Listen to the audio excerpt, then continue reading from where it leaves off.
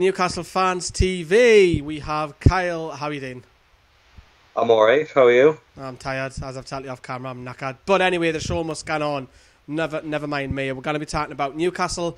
Last night we talked about Brighton, what we're up against, and we'll just basically run through it, what we think of the tune. So, Kyle, we've obviously had an international break, which some people might say it's a good thing, some people might say it's a bad thing. But I want to jump straight in to who goes up top. It's got to be Mutu, isn't it? I'd definitely go for Mutu. The way he played at Man U, it's been like the first 10 minutes against Man U was better than anything Joslu's done all season. He's direct, he works harder than Joslu, I think, which is the one thing Benitez has said. Joslu does very well. Mutu, I think, works harder. So definitely Mutu from the start. It's who you play behind him though, because if Rondon's fit, do you play him up front with Mutu or do you play Perez? See, I'm going to put on screen now the heat maps, the average positions from the Man United game, and if you actually look, Newcastle are further up the pitch, which I think that's the way to go forward. But if you look at those average positions, actually Ayoze Perez is the actual furthest man forward on average, which surprised me when I looked at this.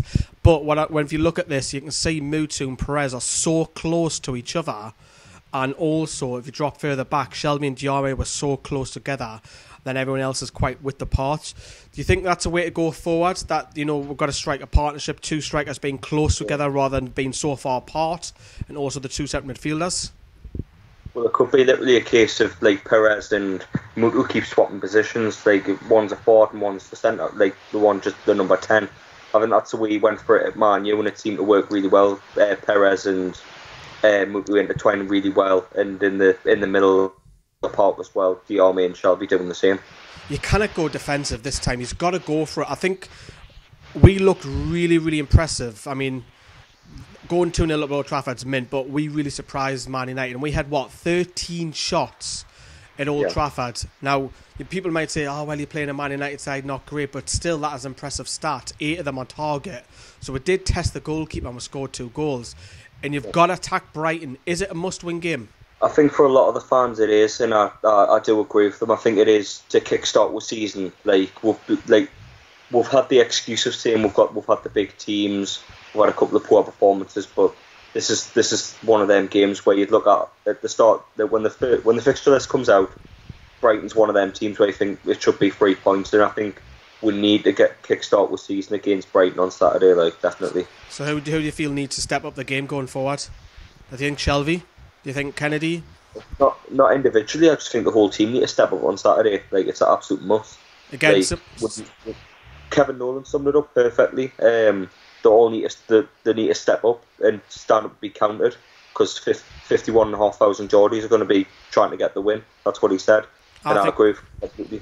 I think we should play like we did Man United. I really do. I think we'll go. I know Rafa is cautious and he doesn't have the funds to go and buy a world-class striker. We know that. But against Man United, that is the best we've played that first half. The best we've played all season. I want to say more of it. We're at home. We're expecting to, I wouldn't say win this game, but you're more optimistic because the next 10 fixtures, you're playing middle-of-the-table teams and expecting Newcastle now to pick up points. And the fear that I've got is if we don't win, there's more and more fans are going to jump on Rafa's back. That's my concern. And now me and you are both advocates of Rafa. We'll love him. We can see the bigger picture, but you just sense if there's not a win, because there's a small number of Newcastle fans just creeping out the woodwork wanting change of manager, which is not the way forward, is it? No, they've got to be behind the team, and anyone that thinks Brendan Rodgers, Jankovic, anyone like that would be an answer in comparison to Benitez. You're just mental. Benitez is one of the top managers in the world, and yes, just because he's one of the best managers in the world, it doesn't mean he can't make a few mistakes. Granted, he made 1 or 2 at Leicester. The substitutions were abysmal.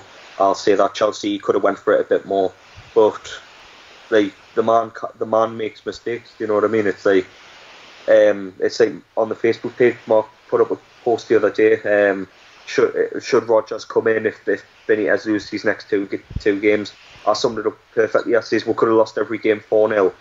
That's the concern, though, isn't it? That's the concern, that if we don't get the 3 points, I'll back Benitez to the end, because I see the bigger picture. A lot of you do as well. Lee, you see the bigger picture. You see that if Rafa's given the funds, he's proven in the past it'll work. And even with a slight bit of talent, like even when we had Townsend, when we went down, he got the best out of him. He made Gouffran look good in the Championship. So if he has terrible players, he can make them look all right. Imagine what he can do with like actual talent and take it forward. But it's the ambition of one man that's slowing me down, unfortunately. You just took the words right out of my mouth. If we're, I don't know, it's 70 minutes in, it's 0-0. Do you see the crowd turning and going singing more and more heavily for Ashley? Because we're expecting to be there again, are we? It depends if he's there, because the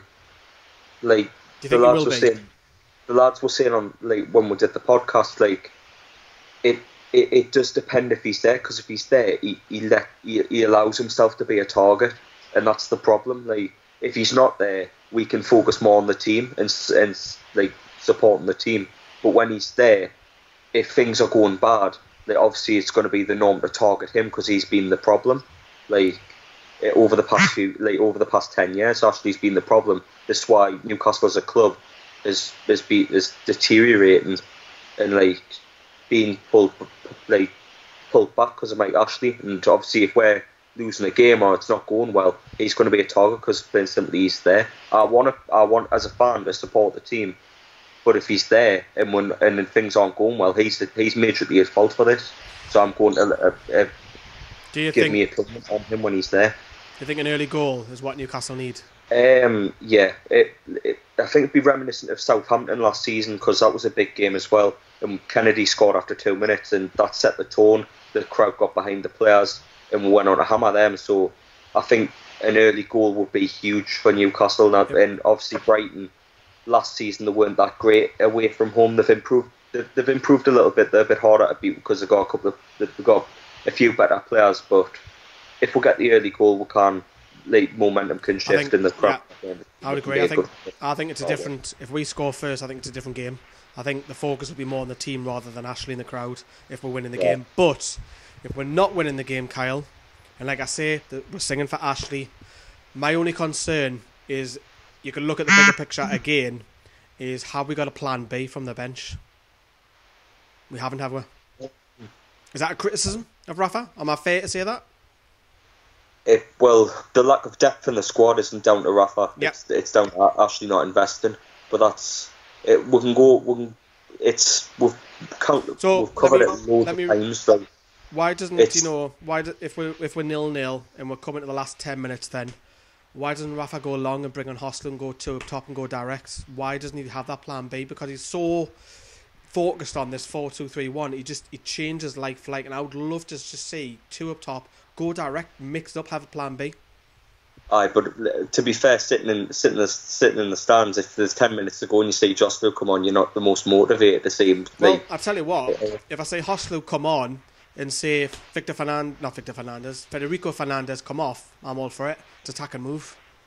It is an attacking move, to be fair, but obviously Joslu doesn't get people off the seats, does he? I like the lad, he tries hard and things like that, and I just want to see something different, a plan B. Because we know if we go to the fan cams, we know Paul will have a right go. We don't know what kind of Rob's going to turn up. There's going to be a few Gruntle fans if Rafa doesn't change and get his substitutes right and go to a different system if we're not winning that game. We can only see on Saturday what's going to happen with that one.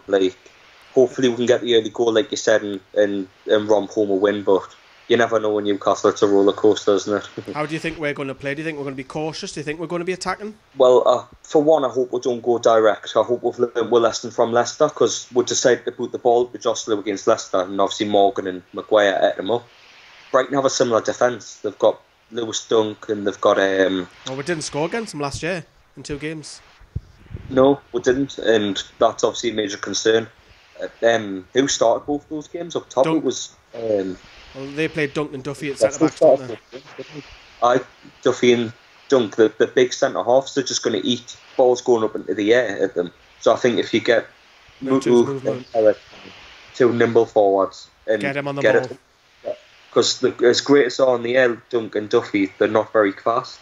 So I would play Mutu and Perez up top. So I think a win will be massive because it boosts confidence, and it'll just be nice to go and do some fan cams where we see some happy people for a change. So I'm not going to get a score prediction off you, am I? Never do. No, you're not. But hopefully we get the 3 points anyways. That is it. Thank you very much for watching. Kyle has decided to freeze on us. I'm going to love yous and leave yous. Watch what you're doing. You're back. Thanks very much, Kyle. Thanks for coming on, man. I'll see you later. See you. Bye-bye.